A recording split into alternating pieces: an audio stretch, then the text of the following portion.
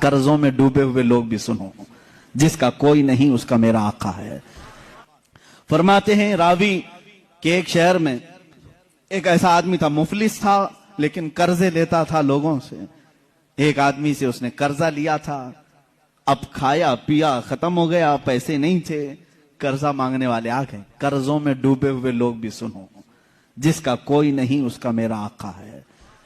वो शख्स कर्जे तो लिया था लेकिन दे नहीं पा रहा था। अब जो कर्ज खा आदमी है उसने धमकियां दी, नहीं दिया।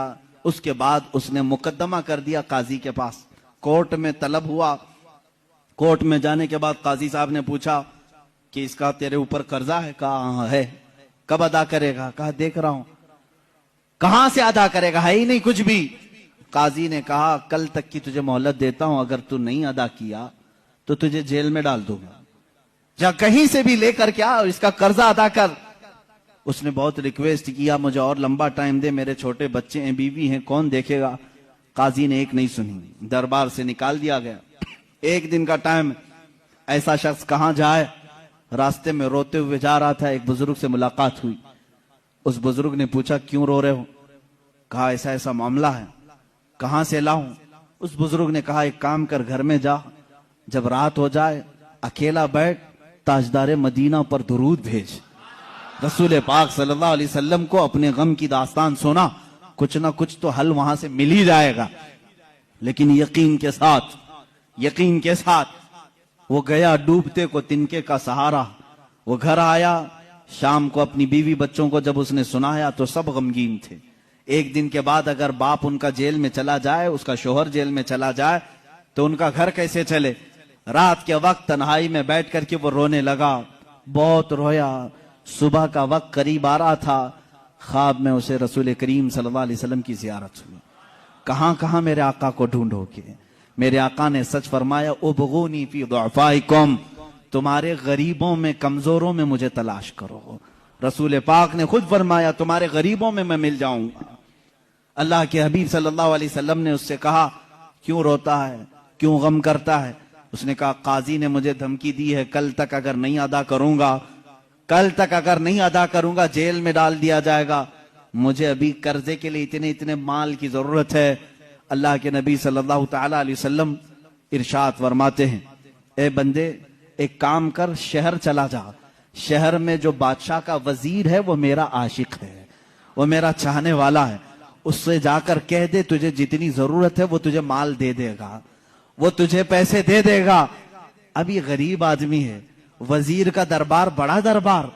इसने ख्वाब में ये पूछ भी लिया, आका अगर वो मुझसे सवाल करे तुझे रसूल पाक ने भेजा है तो मैं क्या दलील में बात करूंगा, दलील में मैं क्या चीज पेश करूंगा।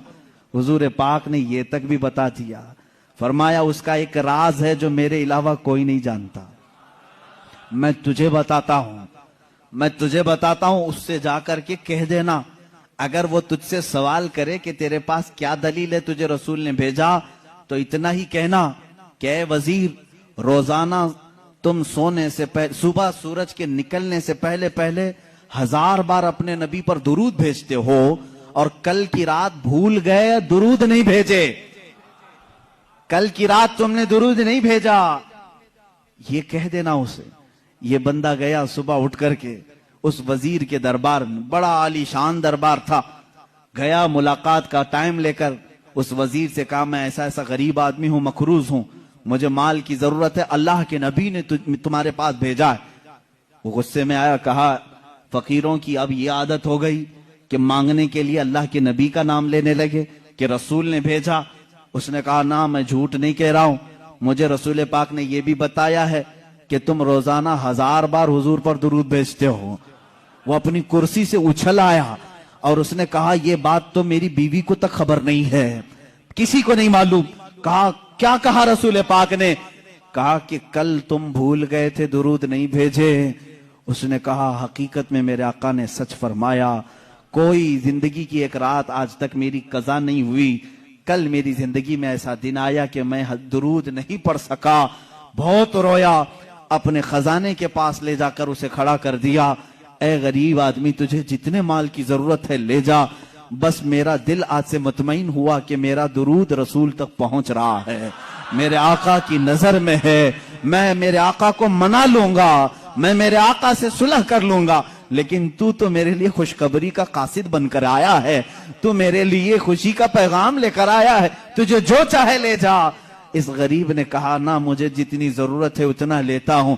उतना ही माल लिया, दौड़ा दौड़ा खुशी से आया। कहां आया? अदालत में। काजी भी थे। काजी से कहा, काजी साहब कर्ज खा को बुलाओ। आज सीना चौड़ा था, माल मौजूद था, जिसका जिसका हिसाब अदा करूंगा। काजी के पास वो कर्ज खा आए, लेकिन महफिल जमी थी। उसी वक्त काजी ने कहा, बैठ जा, थोड़ा ठंडा हो जा, सुकून ले ले। थोड़ी देर के बाद काजी ने बिल्कुल ही यहाँ अलग ही मामला कर दिया। काजी ने कहा, ये गरीब जिसका कर्जा देना है वो सब खड़े हो जाएं, बताएं कितना कितना कर्जा है। सबों ने कहा इतना इतना है। काजी ने कहा, ये नहीं, मैं अपनी जेब से अदा करूंगा, मैं अदा करूंगा इसका कर्जा। ये गरीब खड़ा होता है, कहता है, हाँ, कल तो जेल की धमकी, कल तो आप बंद करने की धमकी दे रहे थे, आज मेरी तरफ से कर्जा अदा करने की बात। काजी कहते हैं, कल तक मैं तुझे नहीं पहचानता था, कल जब रात गया मुस्तफा करीम की जियारत हुई, मेरे आका ने तेरी तरफ इशारा करके मुझे बताया कि ए काजी, तेरे पास दुनिया की बहुत दौलत है, उस एक गरीब का कर्जा तू अपनी जेब से अदा कर, मैं कल तुझे जन्नत के महल्लात बदले में अदा करूंगा। ए गरीब, ना ना, तू माल नहीं देगा, मैं हल्के में सौदा नहीं करूंगा, मुझे रसूल ने बशारत दी है, मैं तेरा माल अपनी जेब से अदा करूंगा। जब ये काजी की बातें सुनने लगे, सारे कर्जखा खड़े हुए। कहा, जब ये आदमी इतना अफजल है कि बारगाह रसूल में मकबूल है, हम गवाही देते हैं कि हमने सब कर्जा माफ कर दिया। अब भी अगर इसे चाहे तो हमसे ले सकता है। कौन देता है देने को मुंह चाहिए, कौन देता है देने को मुंह चाहिए, देने वाला है सच्चा हमारा नबी। इतना दिया सरकार ने मुझको जितनी मेरी औकात नहीं, ये तो उनका करम है, वरना मुझ में तो ऐसी बात नहीं। अजीजा ने गिरामी, आज जो हम इस मकाम पर हैं, यहां पर भी हम फख्र से यही कहते हैं, या रसूल अल्लाह, इतना दिया सरकार ने मुझको जितनी मेरी औकात नहीं, ये तो उनका करम है, वरना मुझ में तो ऐसी बात नहीं। आप खुद देखो, अल्लाह के नबी ने तुम्हें, उनके सदके में अल्लाह ने तुम्हें क्या क्या नहीं दिया है। ये रसूल